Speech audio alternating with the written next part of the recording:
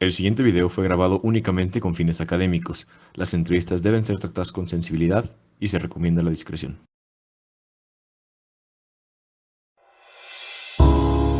Una piedra angular de la investigación psiquiátrica siempre ha sido entender la etiología de las enfermedades mentales. Si bien desde hace muchos años se sabe que el estrés, el maltrato, el abuso de sustancias e inclusive el daño cerebral predisponen a un paciente a desarrollar enfermedades mentales, no fue hasta hace unos años que se descubrió el rol de una serie de genes y la interacción con el ambiente a través de mecanismos epigenéticos como un factor de predisposición para adquirir estas enfermedades mentales. Esta relación se pudo probar la década pasada con estudios como el de Cross Disorder Group del Psychiatric Genomics Consortium. En este estudio se probó la relación entre mutaciones de polimorfismo de nucleótido único y ciertos trastornos mentales. Asimismo, mutaciones de variación en el número de copias y, por ejemplo, el trastorno esquizofrénico, del espectro autista, entre otros. Los trastornos psiquiátricos son de las enfermedades más enigmáticas de la medicina. A pesar de que se conoce desde hace milenios y de que tiene un grave impacto en la salud pública, ha habido muy pocos avances sobre sus factores de riesgo y la neurobiología detrás de esta. Entonces, se han aplicado las mejores tecnologías y a pesar de ello, se ha habido muy pocos avances hasta hace poco. A pesar de estos desafíos, en la última década se ha ido esclareciendo los conocimientos genéticos sobre los factores de las enfermedades psiquiátricas y estos conocimientos cumplen con los conceptos de reproducibilidad y modernidad. La esquizofrenia es un desafío casi único, ya que nosotros estamos obligando a los pacientes a aceptar la realidad de su percepción, de su pensamiento y de las ideologías que ellos tienen, ya que los síntomas aparecen por lo general en la etapa de la edad adulta temprana y se va a ir afectando por un deterioro cognitivo. A pesar de que conocemos esta enfermedad desde hace más de un siglo, nos hemos visto muy limitados en nuestro conocimiento acerca de ella y acerca de su fisiopatología. El diagnóstico, aunque es confiable, sigue siendo clínico, lo que nos detiene para conocer un poquito más y desarrollar algunas cosas, como por ejemplo, saber quiénes van a padecer el síndrome completo. Por todo lo que hemos dicho hasta ahora, podemos concluir que la genética ha adquirido un rol de suma importancia para la investigación psiquiátrica y, por supuesto, sus aplicaciones clínicas. Por ejemplo, el tamizaje activo de los pacientes para estas mutaciones y el entendimiento de los patrones de herencia de estas enfermedades podría acercar a los pacientes a un consejo genético temprano para orientarlos en este trastorno.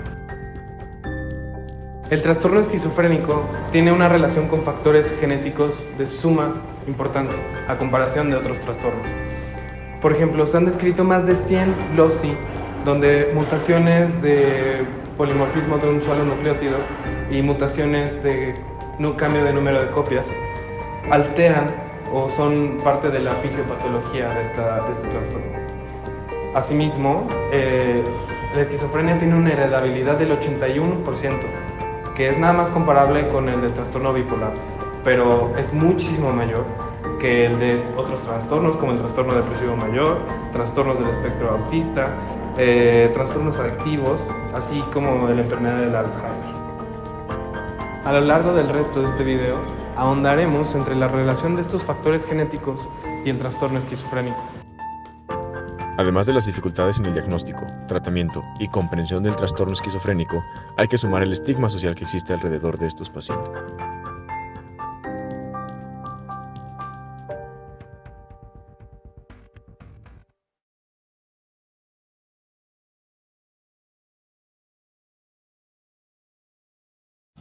Buen día, me encuentro con la doctora Nélida Linet Ibáñez García, médico psiquiatra de la Sala C de la Clínica Psiquiátrica Dr. Everardo Newman Peña.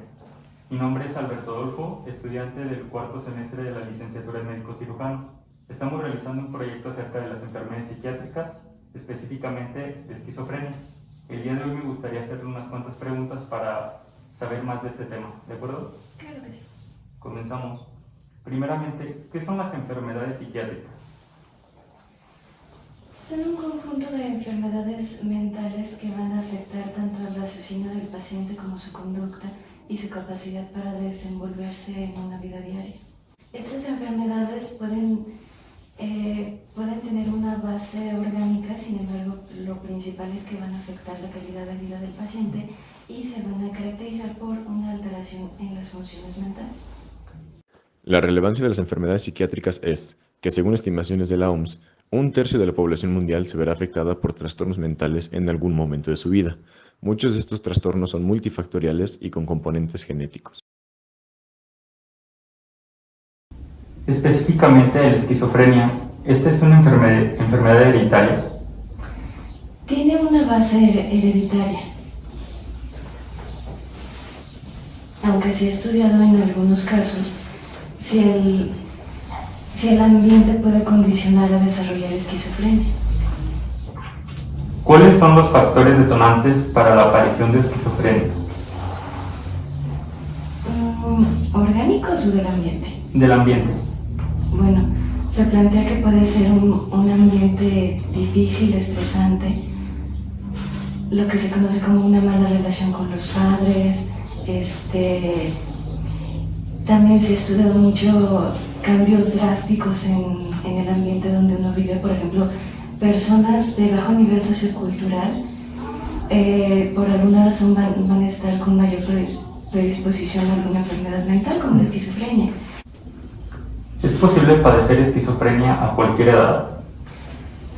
Hay esquizofrenias de inicio temprano que son de muy mal pronóstico. Sin embargo, la edad promedio de inicio en los hombres es de 15 a 25 años y en las mujeres de 25 a 35. Un poco en esta parte de los pacientes, ¿cómo es su comportamiento? Pero en una fase aguda, en una fase premórbida. Sí, aguda.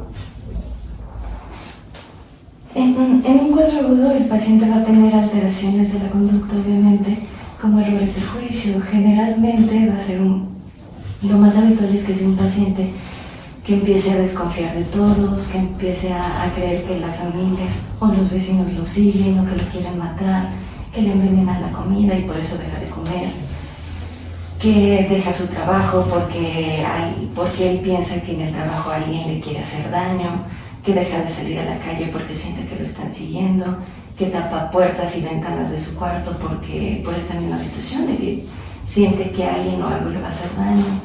Empiezan a tener descuido en su higiene y en el aliño, empiezan a tener insomnio, también empiezan a tener una mala alimentación. Como están muy susceptibles y están pensando constantemente que alguien les puede hacer daño, se pueden poner muy irritables, incluso pueden llegar a tener agresividad verbal o física. Pueden tener errores como que se salgan a la calle y se pierdan durante algunos días porque piensan que la familia les va a hacer daño. ¿Todos los pacientes llegan hasta un estado crónico? ¿O el tratamiento o la detección, el diagnóstico a tiempo puede reducir esta posibilidad? No, depende de cada paciente. Si es un paciente que tiene buena red de apoyo, que la familia está pendiente de él, cuidándolo, que el paciente está consciente de su enfermedad, que debe de tomar siempre sus medicamentos, que debe de ir a una terapia para ayudarle a entender su padecimiento. Ese paciente ideal puede llegar a tener pues una vida dentro de lo que cabe normal, con el deterioro normal de cualquier persona. Conociendo todas las personas, vamos a ir teniendo un deterioro mental y va a ser normal. Hay otros pacientes que tuvieron muchas recaídas por mal apego al tratamiento, por mala red de apoyo, y van a tener un deterioro mental más exacerbado. En la actualidad, ¿existe algún tratamiento quirúrgico? Sí, está la psicocirugía.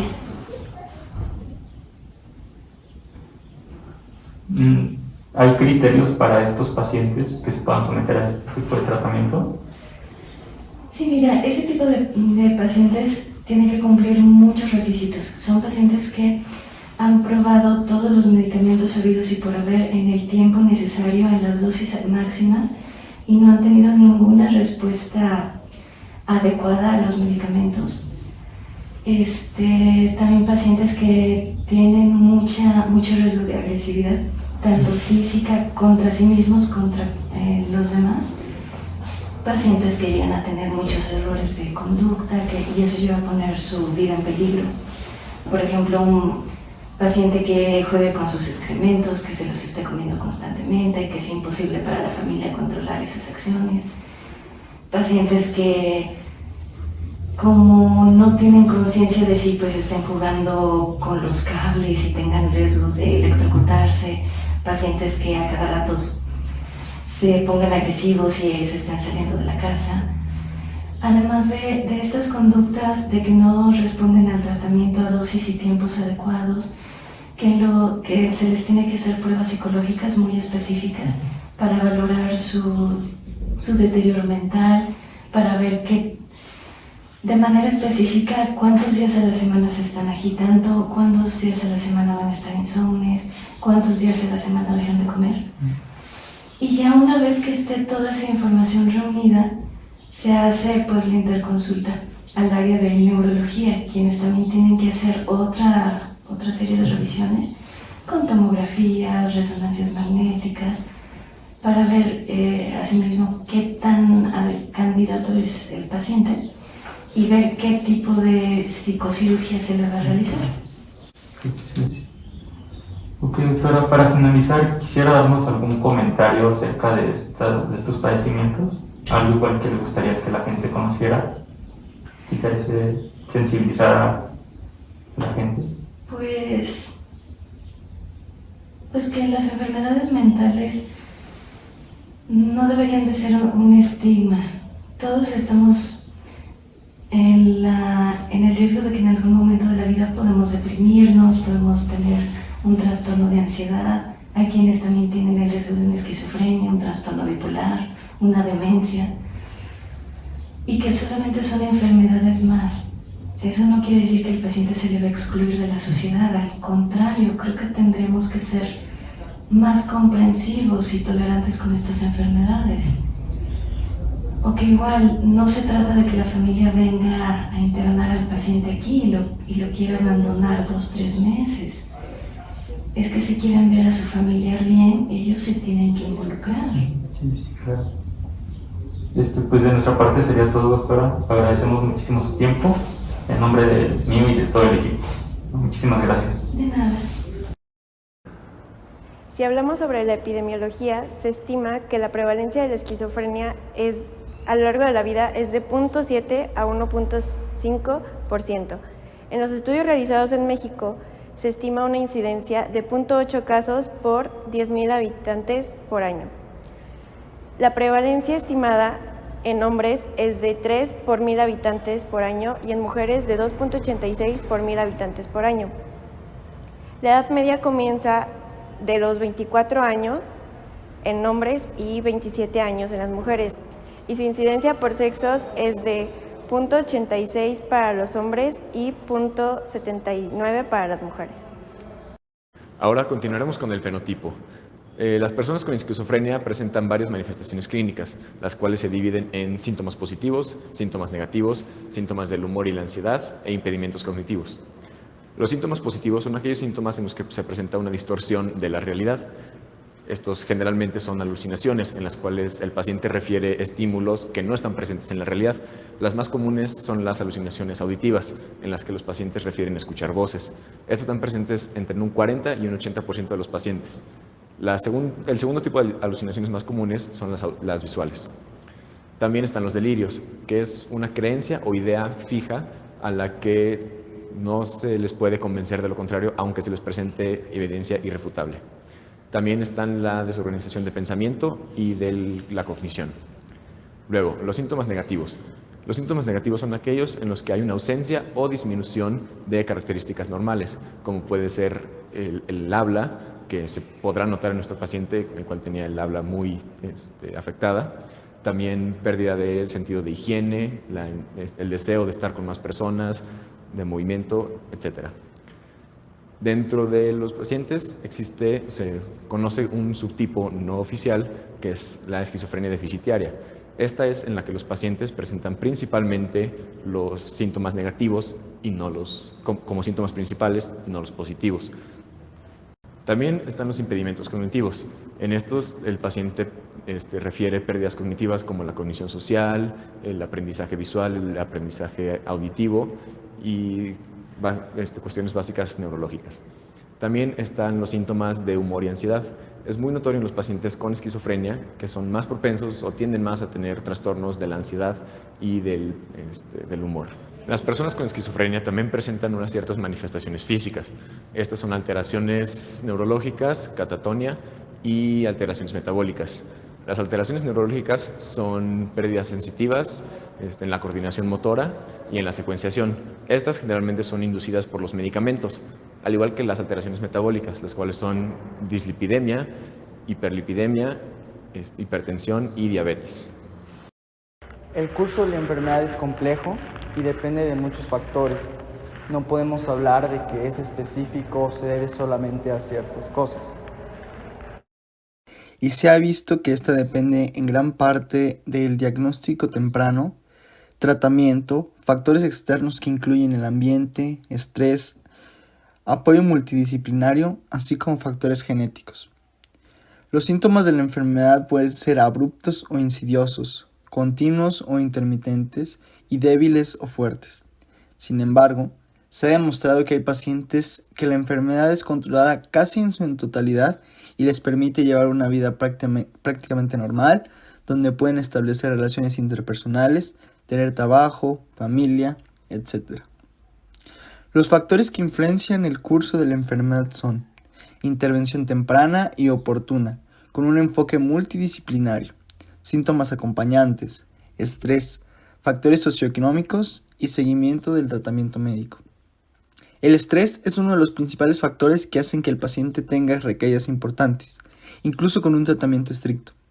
El ajuste de dosis y el estilo de vida son cruciales para pacientes que se ven afectados por episodios de estrés. Además, es importante mencionar que el índice de suicidios en pacientes con esquizofrenia es alto. 1 de cada 10 suicidios de la población son por pacientes diagnosticados con esquizofrenia, incluso con tratamiento. Por lo tanto, es necesario un tratamiento oportuno, un enfoque terapéutico multidisciplinario que contemple las variables antes mencionadas, así como un tratamiento psiquiátrico y psicológico. Sin embargo, podemos concluir que un paciente diagnosticado con esquizofrenia puede vivir una vida plena si se toman en cuenta las variables antes mencionadas. Puede haber remisión de los síntomas, es decir, 6 meses sin que se presente alguno de los síntomas previamente presentados. Sin embargo, esto no es motivo para descontinuar el tratamiento. Para el diagnóstico tenemos que tener en cuenta varias cosas. Lo primero es de que los síntomas tienen que estar por un periodo de 6 meses de manera interrumpida o por un periodo de algo más de un mes de manera continua. También tenemos que previamente haber descartado otras enfermedades patológicas psiquiátricas y también un uso de sustancias. Tenemos que descartar un uso de sustancias mediante exámenes de laboratorio como es examen de sangre o de orina. Un buen diagnóstico se basa en reconocer una gran variedad de síntomas que tenemos en la esquizofrenia. Los más comunes son alucinaciones, psicosis, los síntomas negativos, una habla desorganizada y un estado catatónico. También nos podemos ayudar por medio de imagenología mediante una atrofia de la corteza cerebral y una disminución en la masa hipocampal y del lóbulo temporal. También podemos ver una disminución en los ventrículos. La esquizofrenia es el resultado de una alteración en la transmisión dopaminérgica con una hiperfunción de las proyecciones mesolímbicas, origen de la sintomatología positiva, y una hiperfunción de las proyecciones dopaminérgicas al córtex prefrontal, origen de la sintomatología negativa. Los receptores dopaminérgicos se agrupan en 2 familias. La de 1 engloba los subtipos de 1 y de 5 que predominan a nivel cortical. La de 2 engloba los subtipos de 2, de 3 y de 4, más comunes en estriado y región límbica. Por tanto, la dopamina presente en el circuito mesolímbico está asociada a receptores de 2 y la presente en el circuito mesocortical a receptores de 1. La familia de receptores de 1 se encuentra acoplada a proteínas GS, que desencadena la cascada de segundos mensajeros dentro de la célula y es por tanto activadora. La familia de receptores D2 se acopla a proteínas GI con una acción inhibidora. Los receptores dopaminérgicos presentes en amígdala e hipocampo pertenecen a esta familia. La dopamina a este nivel tendría un efecto inhibidor. Se aumenta la cantidad de dopamina por algunos factores como el aumento de la producción o del número o sensibilidad de los receptores, entonces se incrementa la inhibición sobre las neuronas de los núcleos del sistema límbico. Estas neuronas producirían menos neurotransmisor, GABA en este caso, cuya acción es también inhibitoria, y el resultado es una inhibición de la inhibición que soporta el tálamo, lo que se traduce en un incremento de su actividad.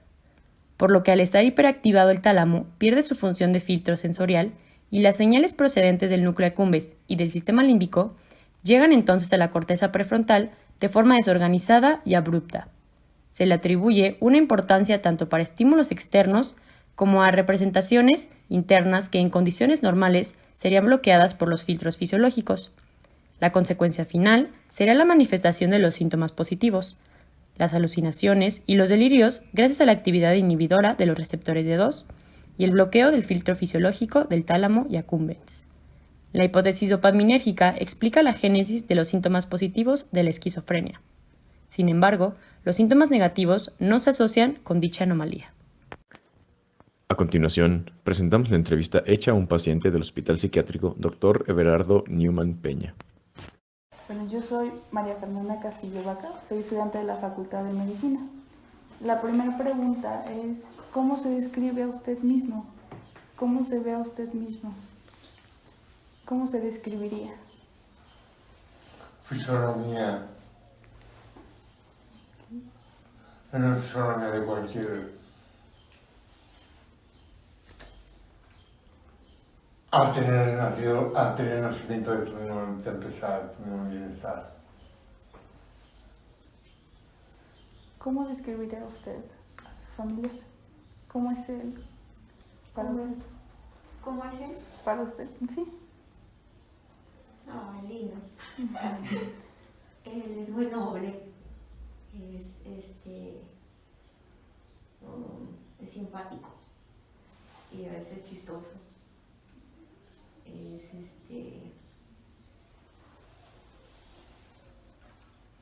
Lindo. Claro. Es una persona linda. ¿Cómo se sintió al inicio de su enfermedad? Me siento bien. Sí. ¿Usted se acuerda? He tenido optimismo bueno. ¿Usted se acuerda de cuando se enfermó? Sí, tuve reflexión en el inicio de todo el organismo del cuerpo, por movimientos singulares míos, movimientos apáticos y movimientos conferentes y escucha de los demás. Que tuve también prevenir un acontecimiento de casa también. Y tuve también evoluciones aquí evolucioné más bien me metí de todo eso. Y sí tuve un otro el mismo plenitud del mismo temperamento, el mismo juicio. ¿Usted tiene algún recuerdo de cómo vivió su diagnóstico? ¿O cómo vivió desde su perspectiva como familiar?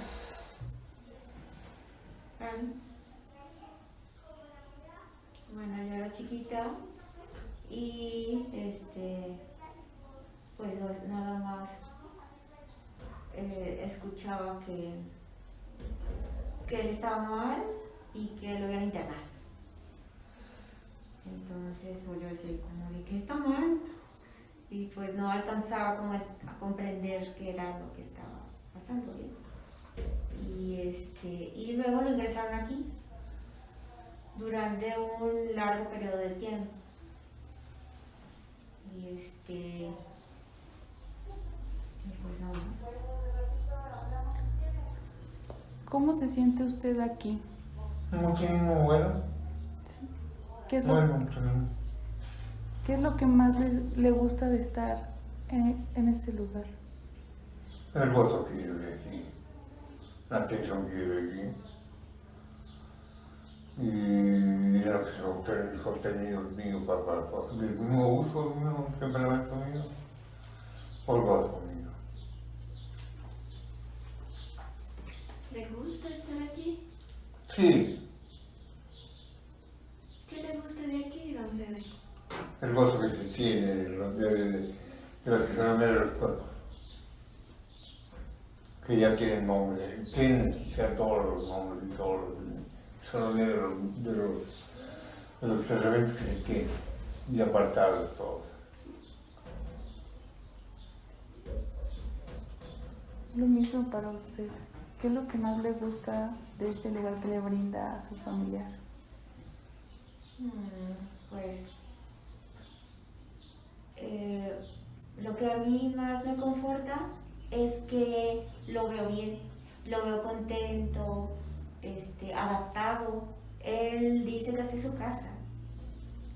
Él aquí vive, es su casa.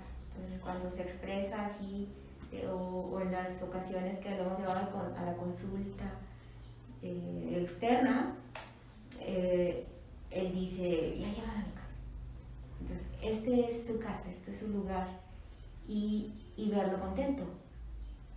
Entonces ahí es nuestra tranquilidad total y plena de que él está en buenas manos, bien atendido, en el lugar indicado, y que está bien, o sea, y su atención, cualquier cosa que suceda y eso, a nosotros nos indican y corremos y hacemos todo lo posible para que lo que él necesite que nos pidan de aquí, o alguna consulta o algo, pues hacerlo llegar. Pero estamos contentos, muy contentos. Bueno, yo estoy contenta con la atención que tiene, porque lo veo reflejado en él. Él nos indica. Ahorita bueno, no lo veíamos, pero ahorita me da mucho gusto verlo, que está muy bien. ¿Su diagnóstico le ha traído algún problema? Nunca he tenido problemas. No ha sido pruebas evolucionadas. Nunca he tenido nada de eso. ¿Hay algo que le gustaría que el mundo supiera acerca de las enfermedades mentales? ¿Algo que le gustaría que se hiciera sensible las personas? Pues sí, yo creo que un poco más de sensibilización hacia este tipo de enfermedades, porque pienso que algunas personas no lo entienden, los que no están involucrados en este tipo de enfermedades no lo entienden y hacen juicios de que ay, esa persona así y así, ¿no? Está así, sin entender el lado de la enfermedad, de que él está enfermo, ¿verdad? O sea, de que hay personas con esta situación, con esta enfermedad. Y la sensibilización hacia la sociedad, pues sí sería bastante buena en cuanto a la situación, a la enfermedad. ¿Cómo se lleva con sus compañeros, don Fede? No llevo bien. Aparte no estoy bien. ¿Y con su familia cómo se lleva? Bien. Un papá me llevo bien ya. Siempre me llevé bien con él. Es el que le abro Dios para que tenga el espalda mío. También. ¿En la familia? Conmigo. ¿Cómo se lleva con con ella? ella? También con el espalda por ahí. Todo me desahogo.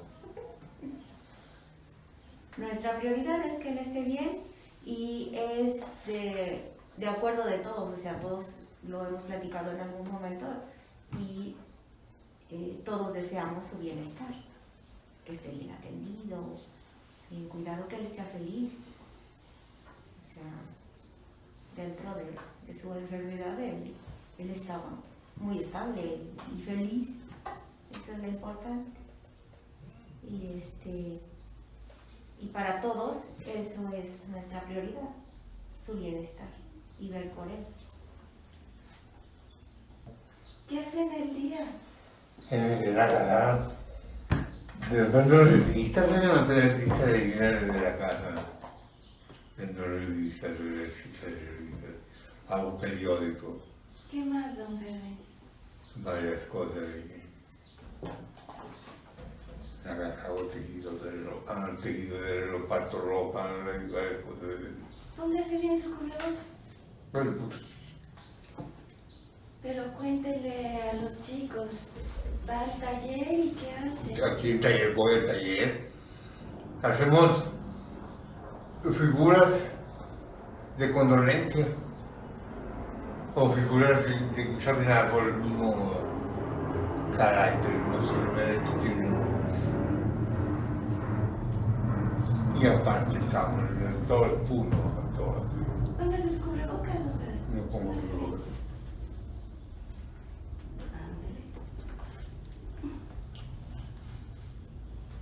¿Qué más hace aquí? Alimento y pagar el respaldo. Buenos años yo, ¿verdad? ¿Cuánto años de apariencia? Apariencia, ¿no? Apariencia. Con apariencia, sí. ¿Qué es lo que usted pensaba antes de esta enfermedad y conforme fue conociendo, qué fue lo que se fue construyendo?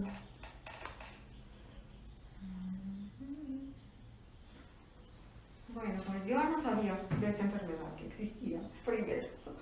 Y luego, es más, supe como que mucho después porque,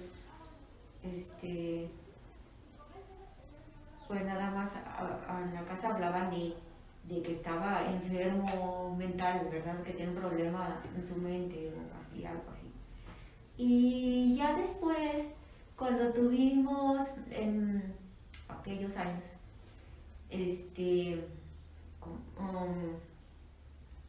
con los psiquiatras que estaban en ese tiempo, tuvimos reuniones familiares y así, entonces ya supe que tenía esquizofrenia y que o sea, yo decía, ¿qué es esquizofrenia? Entonces, pues ya, es lo que tiene él. Entonces, eso, así me enteré que tenía esquizofrenia, porque siempre lo habían tratado, bueno, así, pues no te dicen los papás, ¿verdad? Tiene, sí, sino que él está enfermo, o sea, así. Okay. Pues yo creo que sería todo. ¿Sí? Muchísimas gracias, don Fede. Muchísimas gracias también. No, hombre, ustedes. La terapia ocupacional es parte también del tratamiento de los trastornos psiquiátricos. Su importancia en ocasiones pasa desapercibida. Buenas tardes.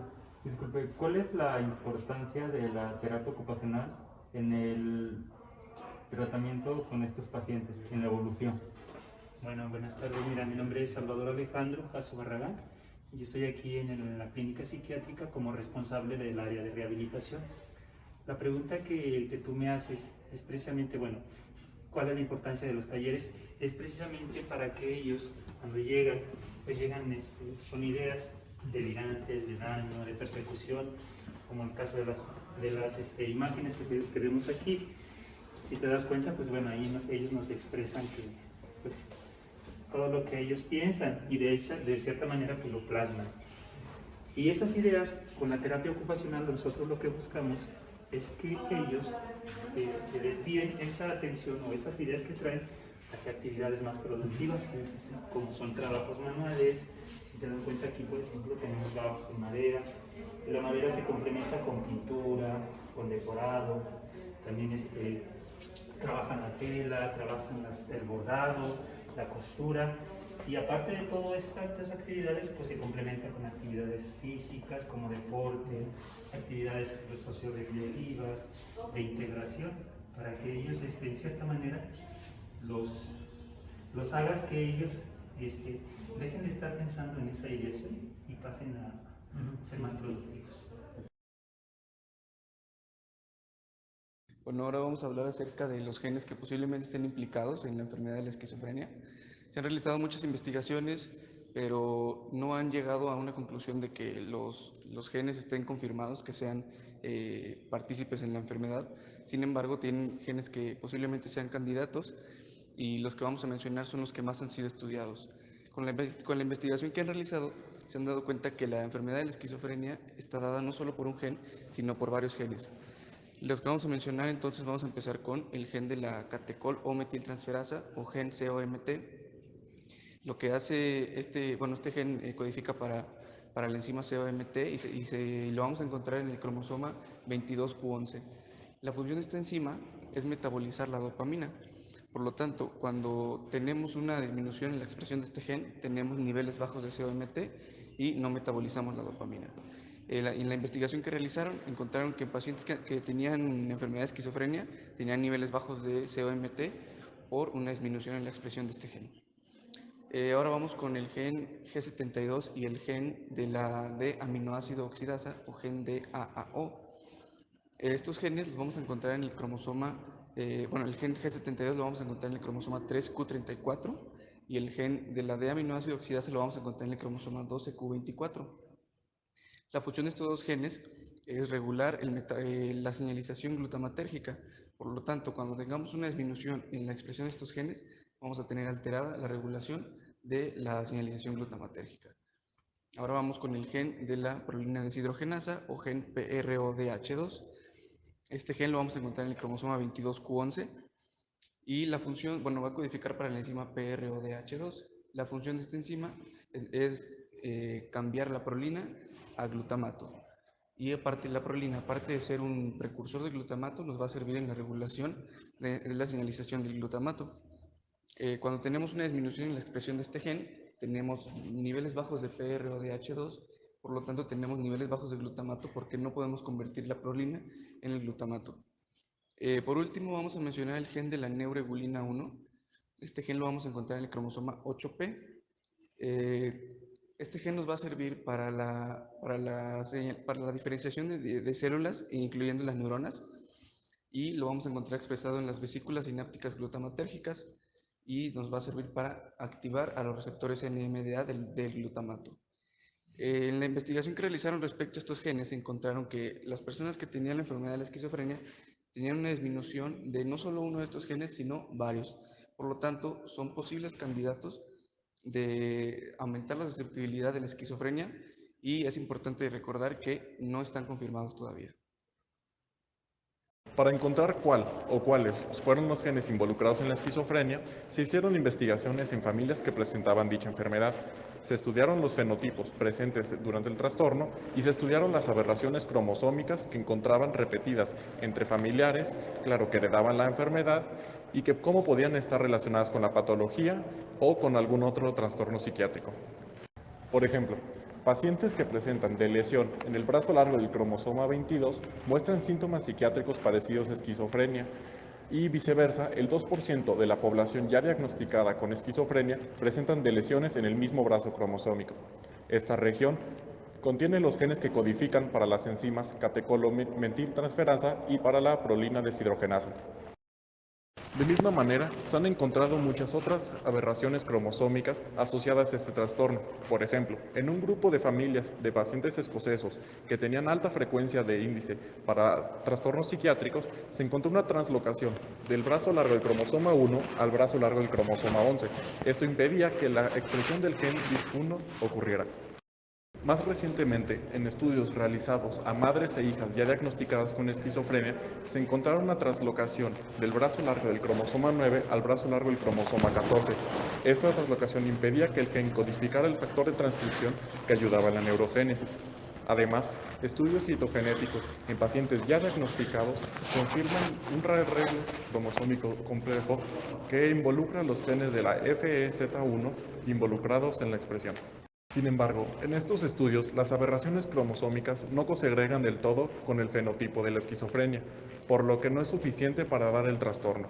Pero sí pueden predisponer a muchos otros trastornos psiquiátricos ya conocidos como depresión, trastorno de bipolaridad y ansiedad o adicciones. Respecto a la terapia génica, no existe actualmente ninguna terapia génica disponible para el tratamiento de la esquizofrenia y la enfermedad se trata a base de antipsicóticos.